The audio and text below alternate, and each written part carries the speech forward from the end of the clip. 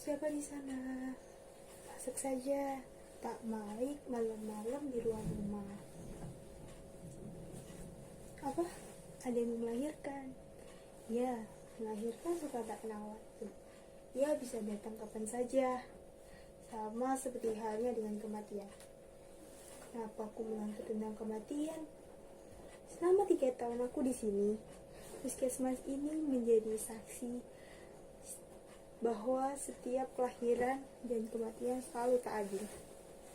Kau boleh ngotot mengatakan bahwa setiap kelahiran pasti akan diimbangi dengan kematian. Begitukah? Hukum membuat itu selalu sama. Tapi pernyataan itu harus dikoreksi mulai dari sekarang. Di luar sana, kelahiran lebih banyak daripada kematian. Lihat sendiri kotamu sendiri.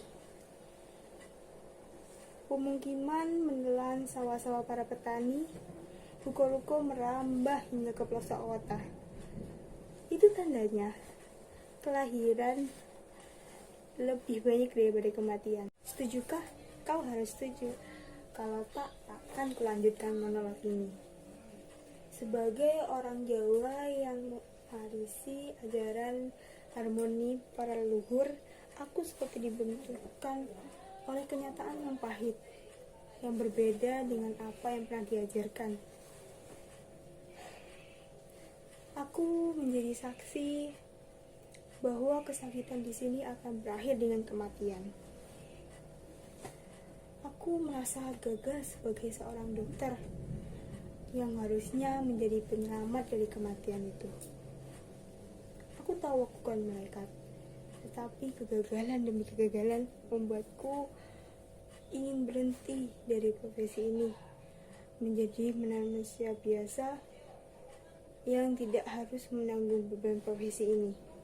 Kau sih enak-enak saja, duduk, diam, menyaksikanku berlatih di sini. Itu yang belakang malah pakai ketawa lagi. Kalau Juli sih serius atau pura-pura serius, yang penting sadarnya cepet cair. Hei, siapa di sana? Bapak, Mama, masuk saja ke sini. Iya, sudah, jangan lama-lama di luar. Puskesmas ini satu-satunya di sini.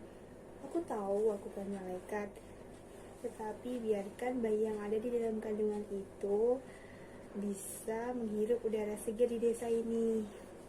Aku tahu, kalian pasti sudah tahu kan, bayi yang lahir di sini belum tentu selamat. Walaupun sudah lahir, belum tentu punya kesempatan untuk menjadi kanak-kanak. Kau pasti sudah dengar, sudah seminggu yang lalu, sudah ada 61 anak yang meninggal di desa ini. Kau pasti sudah dengar lah, berita buruk itu sudah viral di media sosial. Kata Bapak Presiden, itu kasus gizi buruk terburuk sepanjang sejarah. Sini, kalau aku begini, tapi jangan viralkan aku di media sosial ya. Janji? Nah, begitu dong, sama keluarga harus saling menjaga. Dulu di desa ini kehabisan beras. Ada kasus kehabisan beras. Asal kalian tahu aja, kami mengambil beras dari ibu kota kabupaten menggunakan perahu, dan itu menghabiskan waktu hingga 2 hari. Pada saat itu, perahu yang mengambil beras itu tertabrak sebatang kayu besar di sungai dan kemudian pecah. Orang-orangnya dimakan buaya dan berasnya hanyut di sungai. Selama 3 bulan di desa ini tidak ada beras. Tapi anehnya, warga-warga berkumpul di puskesmas menuding aku adalah dalang dari semua ini. Aku ingat Bapak Tibo berbicara paling keras seperti ini. Kami cuma orang primitif, jangan kau permainkan. Kami juga ingin makan nasi seperti orang-orang yang ada di Jawa. Jadi tolong bawakan kami beras. Saat aku ingin berbicara, Bapak Tibo menyuruhku cepat-cepat diam. Mintalah ke presiden sana, utus orang Jawa mengirimkan utuh beras. Kami bukan cuma lapar, tapi juga ingin maju toh. Koga yang dari belakang maju ke depan. Saya ingin berbicara. Maaf Pak Tibo, dokter ini cuman bantu kita yang sudah lama sakit-sakitan dan bantu kita lahirin punya anak-anak. Jadi dia tak punya urusan dengan beras. Bagaimana kau bisa berbicara seperti itu, Koga? Dulu ada niat baik orang Jawa mengirim kita beras. Kita sudah makan beras supaya kita sehat dan modern. Dokter ini dikirim dari Jawa, so pasti dia bawa beras. Tidak Bapak Tibo, saya dikirim dari Jawa untuk membantu warga-warga yang kesehatan warga-warga di sini. Walaupun cuma sedikit, tapi bisa buat semua warga. Saya ada usul, bagaimana kalau kita kembali memakan sagu? Bagaimana kok bisa berbicara begitu? Zaman dulu ada orang yang berbicara kalau orang Papua ingin maju harus makan beras. So, kalau mau kembali makan sagu berarti hanya penderitaan. Kita tak mau lagi makan sagu. Sagu artinya penderitaan. Jadi, bawakan kami itu beras. Kalian pasti berpikir bahwa orang-orang di sini sifatnya kaku dan keras kepala. Tapi, selama di sini, aku banyak belajar. Maaf Pak Tibo, saya mau berbicara. Pak Tibo dilahirkan Mama setelah bekerja sama dengan Bapak kan? So pasti, kenapa kau bicara begitu? Nah, pada dulu saat Mama bekerja sama dengan Bapak makan apa toh? So pasti makan sagu. Nah, Bapak Mama aja makan sagu, kenapa kita orang tidak? So bilang, kalau berhenti makan sagu dan mulai makan beras,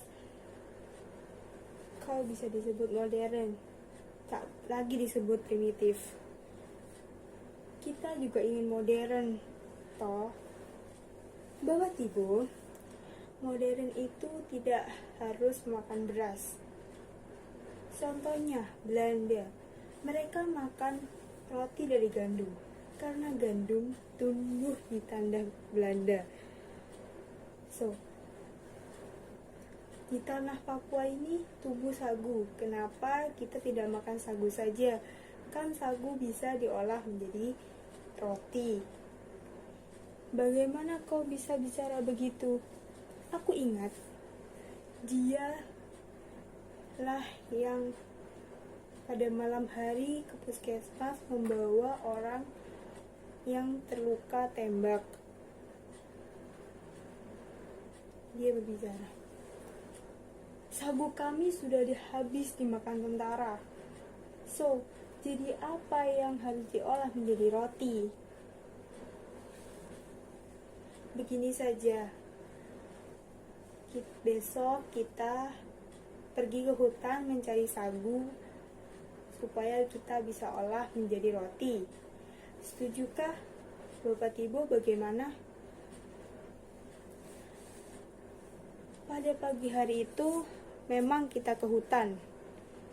Tapi alangkah kagetnya, yang biasanya pohon sagu menghampar di seluruh lahan itu menjadi tidak ada lagi.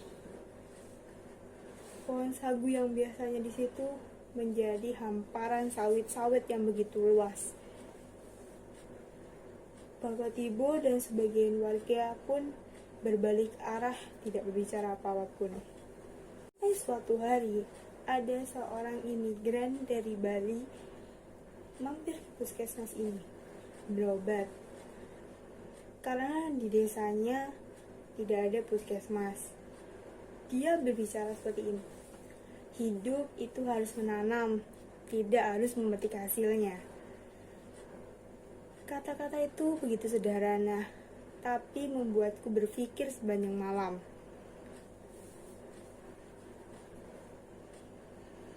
Dahulu, orang desa ini itu sebagian menangkap ikan di sungai dan sebagian mengambil sagu-sagu untuk dijual.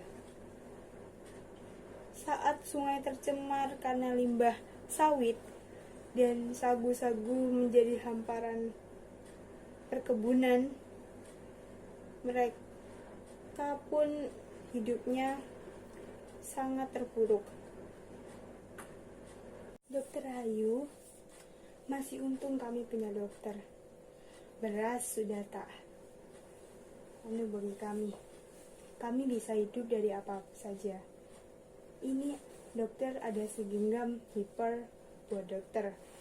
Kami tahu dokter sudah tak makan itu beras. Aku alangkah kagetnya. Dia membawakan segenggam ubi, dan itu makanan paling mewah saat-saat seperti itu. Aku tak menyangka. Dokter, nanti malam kita ada gelar bakar batu. Silakan dokter ke desa. Pada saat ke desa, aku melihat seorang yang tak asing. Dia adalah imigran asal dari Bali yang pernah ke puskesmas untuk berobat. Permisi dokter, ini saya perkenalkan. Ini orang yang selamatkan kita dari kelaparan. Oh, jadi Bapak yang membawakan hiper ini. Kami menanam di tanah Papua. So, jadi punya orang Indonesia. Kalian cermati sendiri perkataan dari suku pedalaman.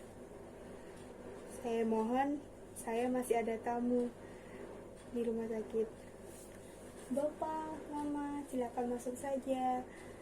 Puskesmas ini terbuka untuk semua. Tak perlu takut lagi dengan dokter Jawa.